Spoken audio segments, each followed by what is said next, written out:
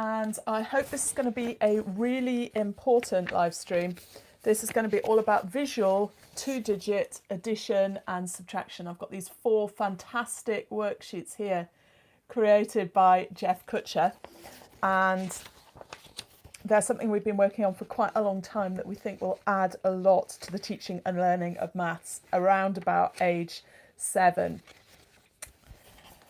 So where are we today? I am delighted to be doing this. I could well need to end this YouTube channel soon. Maybe I'll come back to it as a hobby from time to time. But it's time I got back to work. Throughout lockdown, my primary job has been to protect my husband, who was obviously very vulnerable.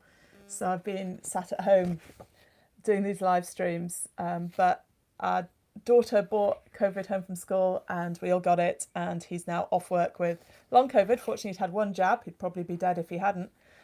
But he's off, so I need to get back to work and earn some money. Lots of things to think about. Hi, Mahmood. No, I still can't get you a visa. I am sorry. Can you get me a job? If anyone can get me a job doing what I do that I'm actually paid for, that would be completely awesome. I would love that. But yeah, probably going to have to go and work in Greg's or something. I don't know. Just trying to puzzle that out. Right. So 2-digit, right, these worksheets are created by a fabulous gentleman called Jeff Kutcher, who's been locked down in Spain, is still locked down in Spain, although he is getting his first jab next week. Thank goodness. When we talk about concrete, visual, abstract teaching of maths, it's really clear that with 2-digit addition and subtraction, lots of teachers are doing some great work with the concrete, with the Deans, or with bundles of straws, or any other manipulative that you can bundle and unbundle. But they tend to be going straight from the concrete to the... They tend to be going straight from the concrete to the abstract, which is the written method. And there needs to be this interim stage. So Jeff's created this worksheet. When you get the digital version, you can click through on the bottom and you can generate as many of these as you like. It'll auto-generate different examples on the same standard on his page. Mine's just a PDF. You can get this from the Expert Primary Maths Teaching Facebook group in the files section, or if you go to authenticmaths.co.uk/worksheets, it'll tell you that and other places that you can download them. I should have them live later today, I think. There's some live already.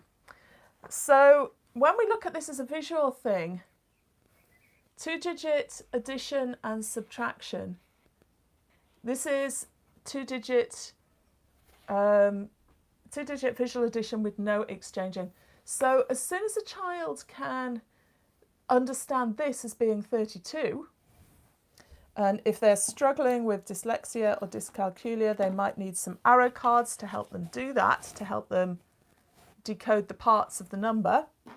As soon as they can understand that, they can do this addition because it's just a count all.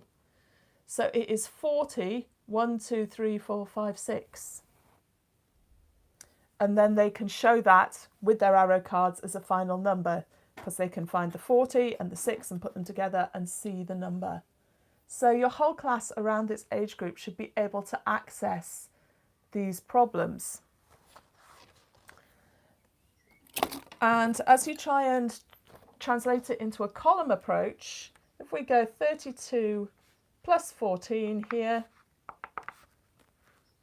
they can actually see the benefit of having these in columns because it's putting the 2 and the 4 together. The 2 and the 4 are going to be a 6, and the 3 10s and the 1 10 are going to be a 4. And we can add 10s and 1s as titles there.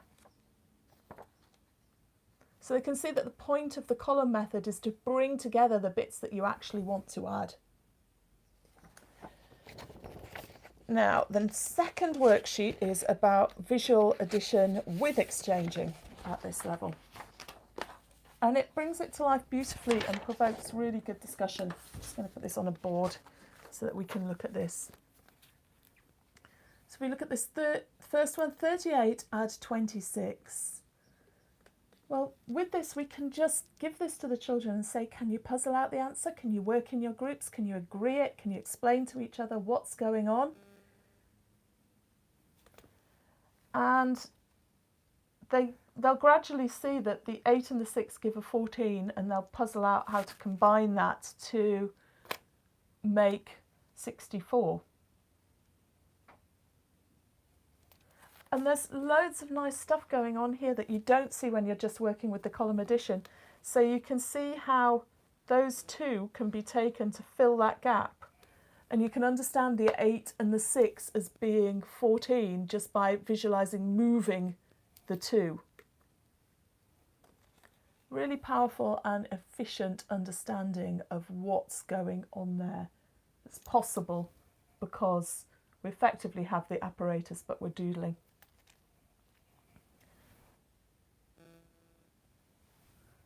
And as we try to organise this as a column addition, 38 add 26, we can then discover why we do it ones first.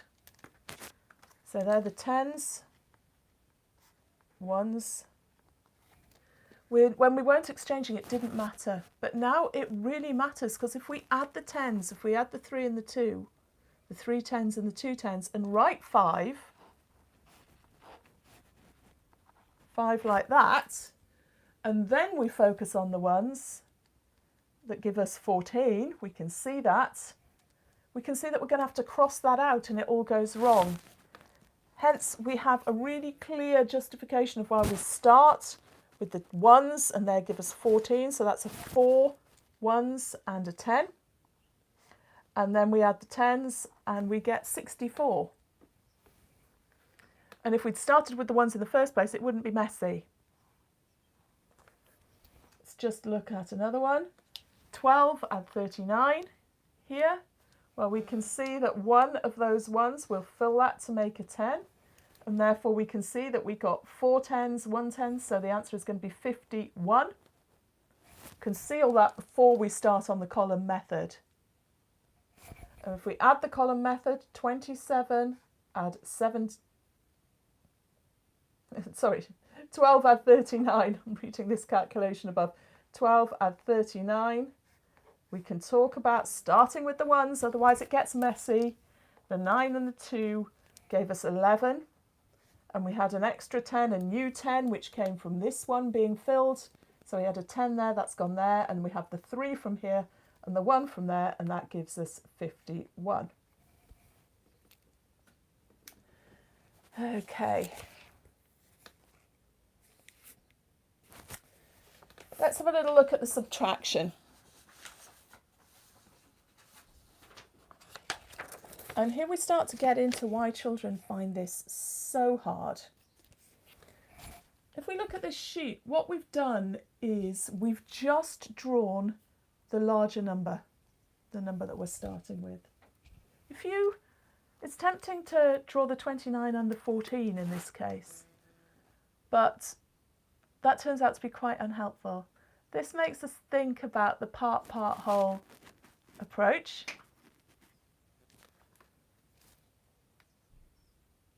(29) subtract 14. We need to separate 14 from 29. So we could see the 14 perhaps here as being that, and that is being the 14. And we can look at what's left. There's a 10 and a 5. And if you look closely, you can see that the 10 and 5 are left, so therefore the answer must be 15. So that was a classic subtraction approach. You could also do this as a counting on. If you mark out the 14 at the beginning, all in the blue, and try and puzzle out what's left, you end up adding 9 and 5. Sorry, adding 9 and 6 to get 15.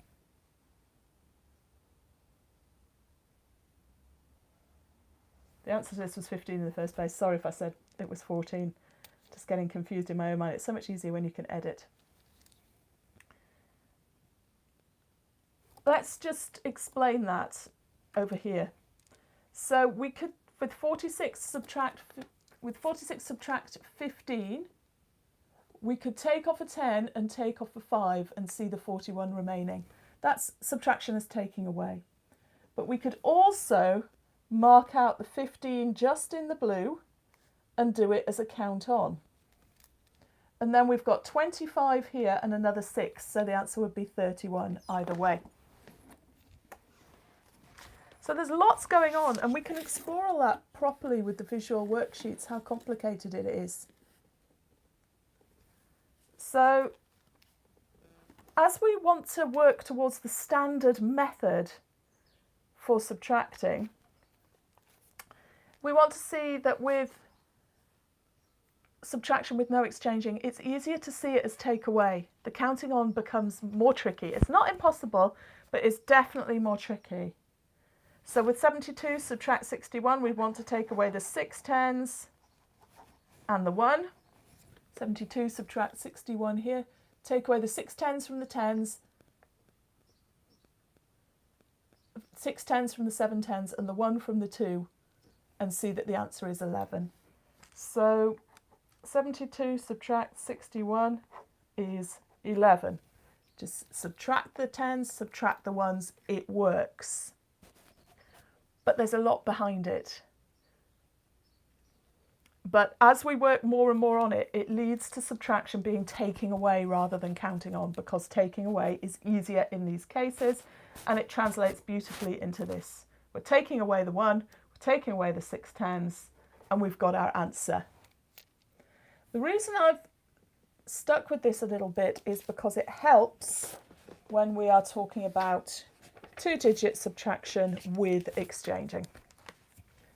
So if we look at this first one, 22 subtract 19, if we try and do the same thing, we're trying to take away 110, to take away the 110 there, then we're trying to take away the 9 from the 2, and it's really messy. And in fact, if we think about it as counting on, if we put our 19 into the blue here with the 10 and the 9, that's 3. The answer's so easy to see. So how do we translate that into a written column method? Well, first of all, we need to understand that it's quite hard. And a lot of children struggle with this. They can do this using a visual method, starting imagining the first number in Dean's blocks or some base 10 representation, and puzzling it out in any way. They're doing well. They're developing deep understanding. This 44 subtract 17. That's good, Mahmood. This 44 subtract 17. If we want to do it as a classic takeaway, I've just split it here. This is getting ready for exchanging. So with the 44, we've split it into 30, 14. 30 and 14, just as if we'd exchanged, ready to be able to subtract 7 from 14.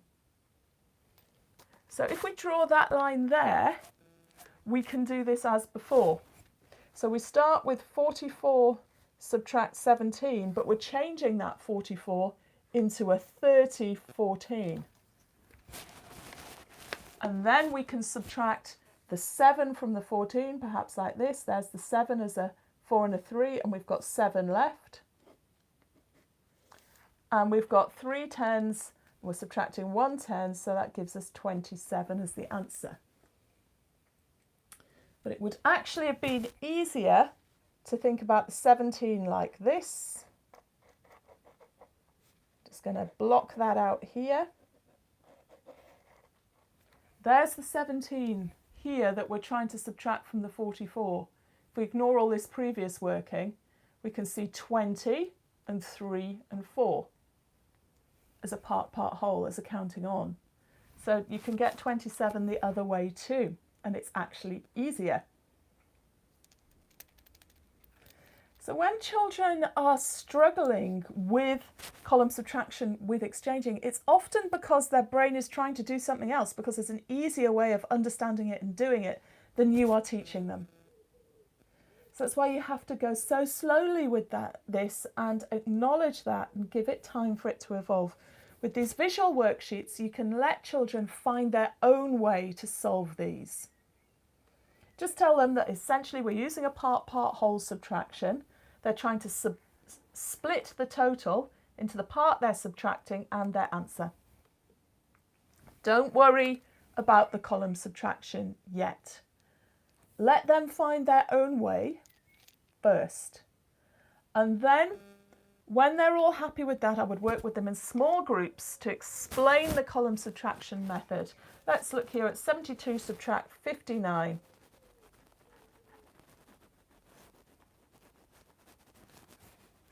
Subtract 59, and explain to them that with the standard column method we do need some extra ones, and we're going to do the subtraction as a takeaway just before, but we have to change that number into 6012. So 6012, and then we really can do what we did before when we weren't exchanging. 6012, or the 12 subtract the 9. You can see that there's going to be 3 left.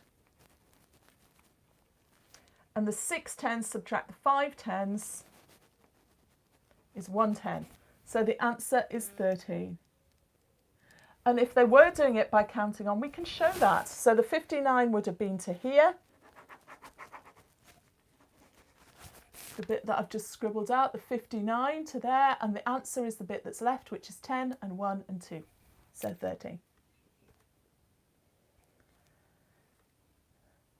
So these visual worksheets really do provide a beautiful interim step between concrete work and abstract work where we're just working on the column method. And I think it's really important because when we're working with concrete apparatus, some of the complexity of this, the subtraction with exchanging and why it is so difficult, is lost. And this worksheet allows us to lean into it. It's a free download as ever. Like I say, you can get, if you click on the link at the bottom, which doesn't print out, but is there when you're in digital form, save, go to Jeff's site. You have to open Adobe Acrobat Reader to open his worksheets, so they'll auto-generate. So open his worksheets in Adobe Acrobat Reader. The versions he's created for me are just PDFs.